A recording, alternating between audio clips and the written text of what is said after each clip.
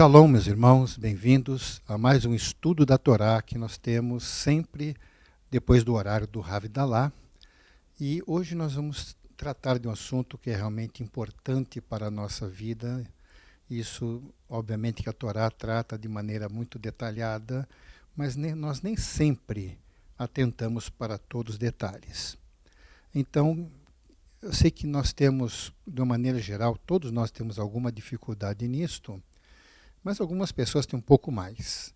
Então, dentro do possível, vamos tratar agora de uma maneira bastante objetiva, tentando esclarecer os pontos, pelo menos mais importantes, sobre o perdão. Então, o título é O Perdão em Duas Vias, que nós vamos falar hoje. Bem, há alguns anos atrás, talvez alguns até se lembrem disto, ou foi uma época em que foi identificado que um médico nazista tinha se refugiado aqui no Brasil e descobriram que ele estava morto. Nessa época, nós podemos lembrar que houve uma grande comoção na comunidade judaica.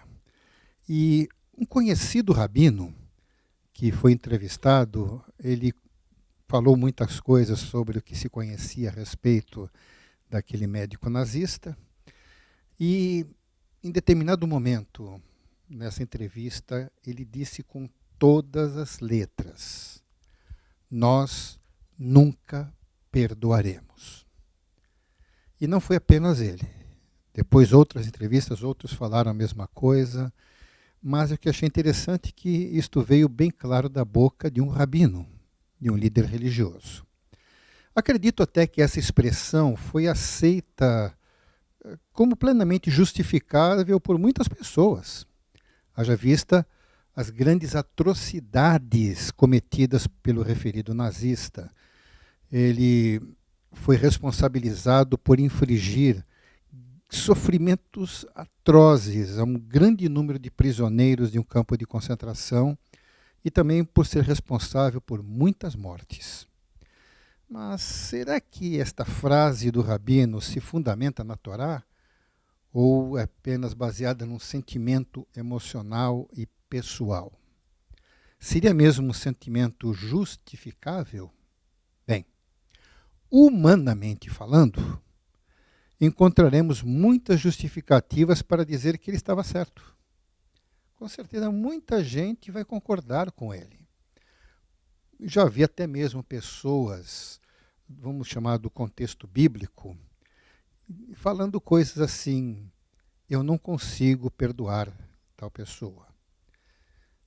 Dificuldade de perdoar é tanto quanto natural nas pessoas. Mas isto é um problema que nós temos realmente que tratar. Agora, entrando então no mérito desses sentimentos, mais especificamente sobre essa questão do que leva a pessoa a ter dificuldades para perdoar, nós vamos buscar na Torá instruções sobre esse importante assunto.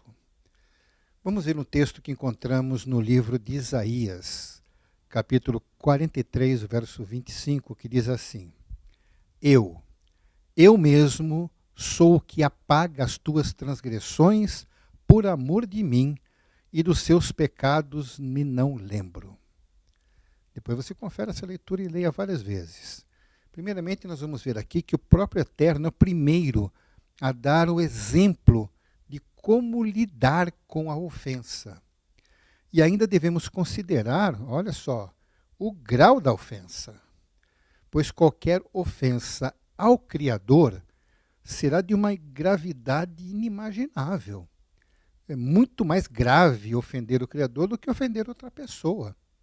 Sendo que pessoas podem até matar por serem ofendidas, e com certeza não é uma ofensa tão grande quanto ofender o nosso Criador.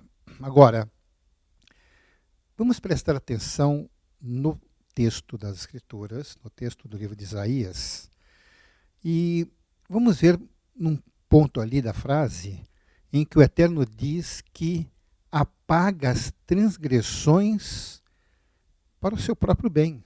Ou seja, está escrito: sou o que apaga as tuas transgressões por amor de mim. Olha, isso vale para nós também. Vemos que o próprio Eterno apaga as transgressões por Ele mesmo, porque Ele se beneficia com isto. Então, nós vamos verificar que também para nós é interessante. Vamos ler um texto que encontramos no Salmo 86, verso 5, que diz assim: Pois tu, Senhor, és bom e pronto a perdoar, e abundante em benignidade para com todos os que te invocam. Primeiramente, pelo fato de nós podermos ser alcançados pelo perdão do Eterno, isso é um grande benefício para nós. Ao mesmo tempo que o Eterno tem prazer nisto, ele gosta disto, o alvo do perdão, nós somos grandemente beneficiados. Bem, se o perdão divino é do agrado de Deus e saudável para nós, quando nós fazemos o mesmo, faz bem para nós e para nossos irmãos. Vamos ver o que diz o texto lá de Mateus 18, verso 21 e 22. Eu creio que muita gente já sabe até decora. Então Pedro, Kefa, aproximando-se dele, disse: Senhor, até quantas vezes pecará meu irmão contra mim, e eu lhe perdoarei? Até 7. E Yeshua lhe disse: Não te digo até 7, mas até 70 vezes 7. Bem, um esforço deve ser feito de nossa parte para que o nosso modo de viver seja conforme o modelo mostrado pelo Ruach em nossa vida. Bem, vamos ver mais um texto que encontramos em Colossenses capítulo 3 e o verso 13. Suportando-vos uns aos outros e perdoando-vos uns aos outros. Se algum tiver queixa contra outro, assim como o Messias vos perdoou, assim fazei vós também. Bem, irmãos, eu creio que o texto é muito claro nisto. Eu nem vou utilizar todas as referências que tratam deste assunto, porque com certeza ficaria bem extenso. Apenas selecionei algumas partes para nós enfatizarmos alguns pontos que realmente são relevantes para o nosso estudo de hoje. Então, primeiramente, nós deixamos claro, o texto diz claro, Shaul, quando escreveu a comunidade de Colosso, ele analisou o aspecto de que o Messias é o perfeito modelo para nós em tudo, até nisto. Então, nós devemos perdoar os outros, uns aos outros, entre nós, principalmente entre os chamados domésticos da fé, ou seja, aqueles que fazem parte da nossa comunidade de fé. Sem contar que nós devemos agir assim até mesmo com quem é de fora, mas principalmente com os domésticos na fé. Na realidade, irmãos, nós não temos opção entre perdoar ou não perdoar se nós somos filhos de Deus. Não há outra opção. Então vamos ver o que diz o texto de Marcos, capítulo 11, verso 25 e 26. Diz assim: E quando estiverdes orando, perdoai. Se tendes alguma coisa contra alguém, para que o vosso Pai, que está nos céus, vos perdoe as vossas ofensas.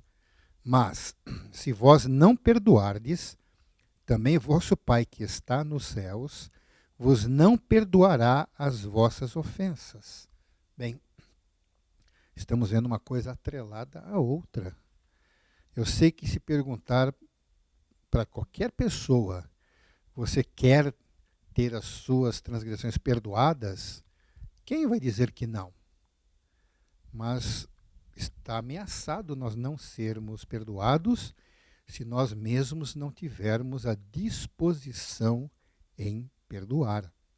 O texto é bastante claro sobre isto. Então, vamos sempre deixar isso gravado de maneira que não fique simplesmente, eu memorizei e ficou guardado lá.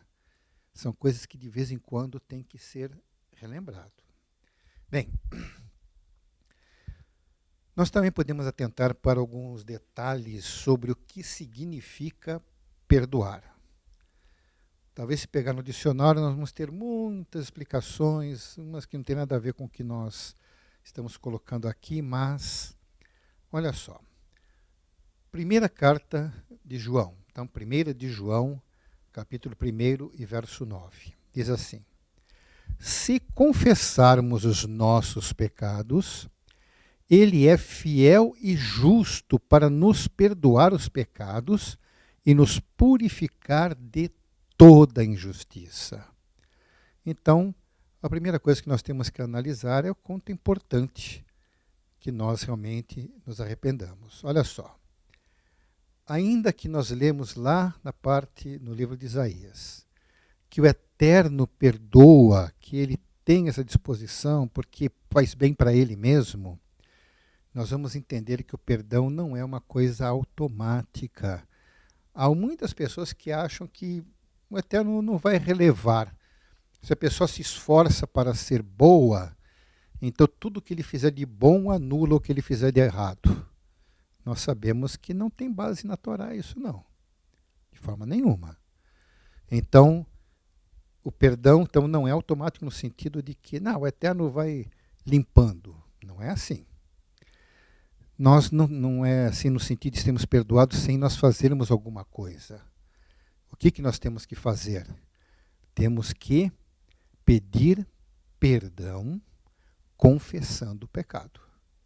Isso é fundamental. Porque é necessário primeiro reconhecer que pecamos, para em seguida demonstrarmos arrependimento e pedirmos perdão. Porque se não se pede perdão, não se recebe o perdão. Ao mesmo tempo, nós temos a certeza de que o perdão do pecado, ele está pronto no propósito do coração do Eterno. Ou seja, no momento que nós pedirmos o perdão, nós vamos receber este perdão. Isso é outra coisa que é importante nós termos consciência.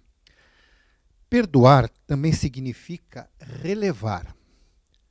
Relevar aqui no sentido de desconsiderar. Fazer de conta que não aconteceu. Então é não levar em conta. Isso nós fazemos de forma unilateral. Essa parte de relevar uma transgressão, uma ofensa, se faz do seu lado.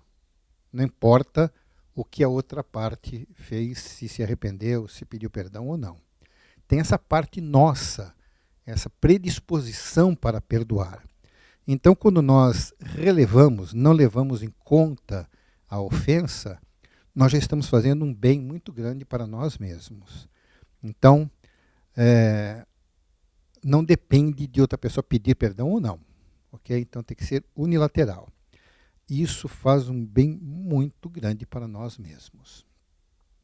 Quando alguém comete um crime previsto em lei, nós podemos dizer que podem haver duas vítimas nisto. Ou seja, quando alguém faz alguma coisa criminosa, na realidade, mesmo que esteja agredindo uma única pessoa, mas duas vítimas estão sendo atingidas ali. Primeiro, alguém que foi prejudicado, ou seja, aquele que foi de alguma maneira roubado, agredido, seja o que for, e a própria lei. A lei em si foi também ferida. Por quê? Ela disse, vamos pegar apenas um texto, não matarás. Mas se formos pegar no texto, no Código Penal brasileiro, talvez esteja com uma outra forma, certo? Não é crime, é matar alguém. Bem, os dois foram atingidos, a própria lei e a vítima. Então, mesmo que esse alguém, essa pessoa que foi prejudicada, perdoe o seu agressor, resolveu uma parte, mas ele ainda deve prestar contas à lei. Mesmo que a pessoa declare que o perdoa, ele ainda assim tem que ir para a cadeia. Por quê? Porque ele transgrediu a lei. Então, no aspecto espiritual, quando uma pessoa peca, ela peca contra uma pessoa e ao mesmo tempo peca contra Deus. Vamos relembrar de um texto que é bem interessante no esclarecimento sobre este assunto. Gênesis, então, Bereshit, capítulo 39, verso 9, diz assim: ninguém há maior do que eu nesta casa, e nenhuma coisa me vedou, senão a ti, porquanto és sua mulher. Como, pois, faria eu este tamanho mal e pecaria contra Deus? Nós vamos lembrar que quem falou isso foi José. José, como escravo, ele entendeu bem esta questão, porque, falando com a esposa de Potifar, ele não queria pecar nem contra o seu senhor Potifar e nem, ao mesmo tempo, contra o seu Deus. Então ele entenderia que se fizesse aquilo que a mulher queria, ele ia pecar contra os dois, não apenas Potifar. Então ele tinha consciência disto, por isso ele preferiu até correr. Nós entendemos neste exemplo que uma pessoa poderá perdoar um agressor até mesmo relevando o seu prejuízo. O que é relevar o prejuízo? Não, foi prejuízo, aconteceu, é que nem você perder dinheiro, aconteceu, deixa para lá, não vamos levar a coisa, principalmente quando a coisa é entre irmãos, né? Não vamos entrar tudo nisso porque tomaria muito tempo. Mas esse pecado não estará perdoado, mesmo que a pessoa releve. Então ela perdoa, tem essa questão de perdoar, mas numa questão no sentido de relevar. Porque se a pessoa não pediu perdão, a pessoa não vai receber o perdão. Mas você perdoa. Então você relevou. Então o pecado não estará perdoado porque o pecador precisa buscar o perdão junto à vítima. E uma vez que ele se acertou com a vítima, e Yeshua trata sobre isto, e também deverá depois buscar o perdão do seu Deus. Vocês lembram como Yeshua instruiu as pessoas? Se você vai levar oferta lá no templo, se você lembra que deve alguém para alguém, você vai, se acerta com a pessoa e depois vai e leva oferta. Então nós temos instruções bem claras sobre isto. Não é uma única coisa quando nós pecamos. Então, o Filho de Deus pode ficar com a alma limpa por se dispor a perdoar de verdade. Obviamente que não tem que ser uma coisa fingida, tem que ser sincera. Agora, o transgressor só será livre de culpa só se ele se arrepender de verdade e pedir perdão a todos os envolvidos. Então, só assim essa pessoa poderá ser livre de culpa. Bom, nós tratamos de forma mais direta qual deve ser, então, a atitude dos ofendidos e como as pessoas ofendidas devem perdoar. Mas não vamos esquecer que os agressores também têm uma responsabilidade ainda maior em se consertarem com o Eterno. Pois o fato de alguém perdoar as suas más ações não o liberta de se arrepender e pedir perdão. Caso contrário, o ofendido será justificado, mas o agressor será condenado. E olha, irmãos, não fique só pensando no que os outros fazem com você, não, porque eu tenho que perdoar, porque eu sou perfeito. Não. Lembra que você já machucou pessoas. Você já ofendeu pessoas. Você já fez alguma coisa que talvez pessoas tenham até chorado. Você pode nem ter visto. Mas lembre-se que você muitas vezes pode ter se colocado na mesma condição de agressor. E você precisa também perceber isto e pedir perdão. Então, não pense que isso só acontece com os outros. Nós temos que pensar que nós poderemos eventualmente nos enquadrar desta mesma maneira. E vai valer tudo isso que nós estamos falando até para nós mesmos. Bem, vamos ver o que diz o texto de Marcos, capítulo 3 e o verso 28. Diz assim: Na verdade vos digo que todos os pecados serão perdoados aos filhos dos homens e toda sorte de blasfêmia com que blasfemarem. Que bom! Eis uma grande revelação dita por Yeshua. E isso até nos dá uma grande esperança. Entretanto, há uma única exceção.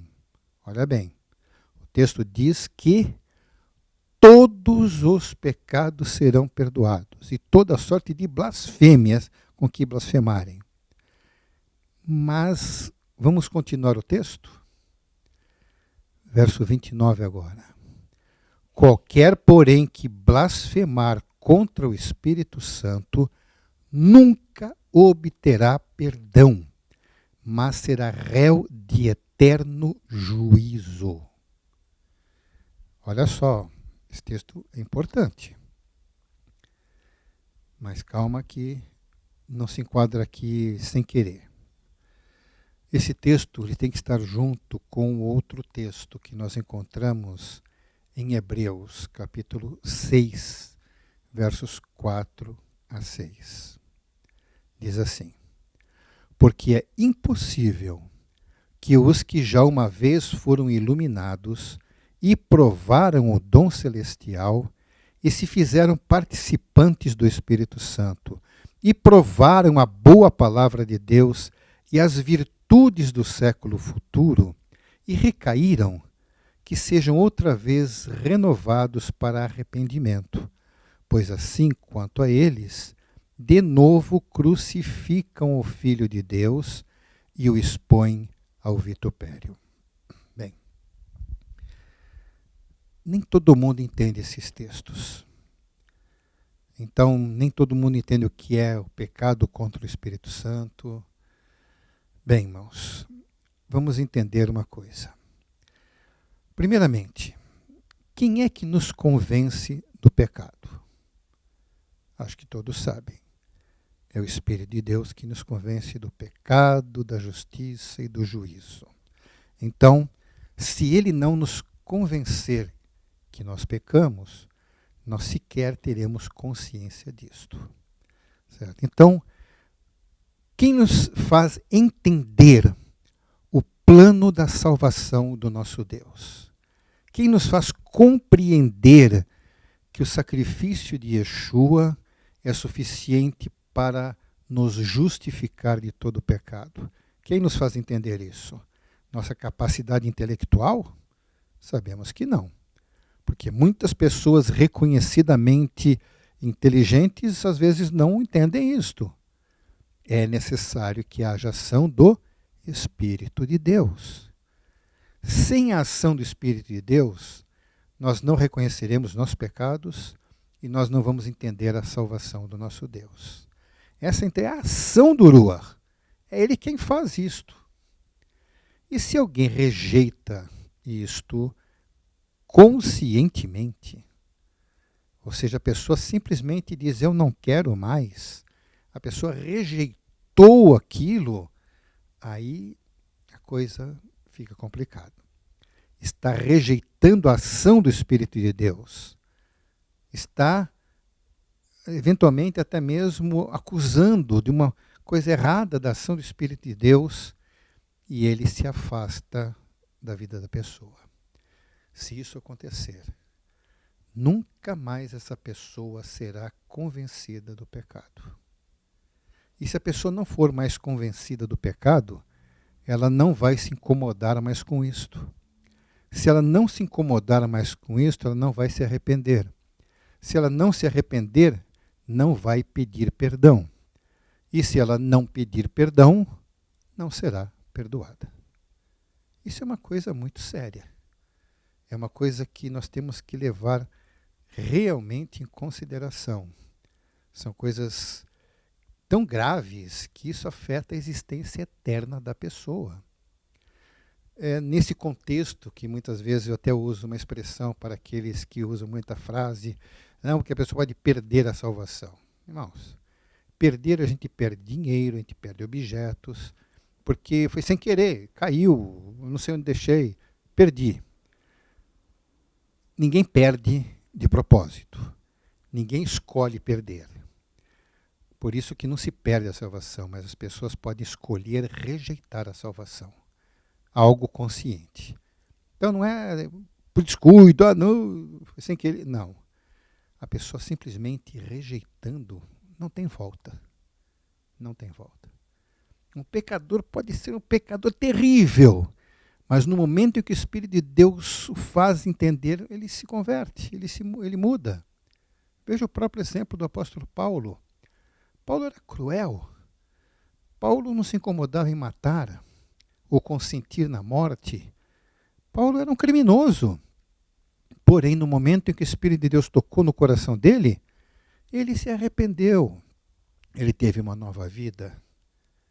Mas é bem diferente quando a pessoa, depois de experimentar tudo isto, rejeita e abandona. Aí não tem volta. Aí a coisa fica realmente drástica. E sabe o que acontece? Apenas sobra uma terrível expectação ou expectativa de morte. Ai da pessoa que rejeita a salvação do nosso Deus. Agora, fica então um alerta. Esse estudo fica um alerta constante. Nós sempre temos que nos alertar sobre isto, sobre a vida, sobre o perigo de nós não reconhecermos nossas falhas diante de Deus. E olha quantas pessoas sofrem porque não conseguem relevar, não conseguem perdoar. Lembra, irmãos, o perdão tem duas vias. Uma que vai para o ofendido e outra que vai para Deus. Uns sofrem porque não conseguem perdoar quem ofendeu, outros sofrem porque não pedem perdão ao ofendido. Nós temos que acertar as coisas sempre. Não podemos nos conformar com sofrimento desnecessário. Aí, como diz também o texto de Hebreus 3, o verso 13. Antes exortai-vos uns aos outros todos os dias, durante o tempo que se chama hoje, para que nenhum de vós se endureça pelo engano do pecado. O pecado não é algo que possa ser levado de maneira leviana. É sério. Devemos nos arrepender e devemos também perdoar. Que o Eterno nos abençoe. Em nome de Yeshua.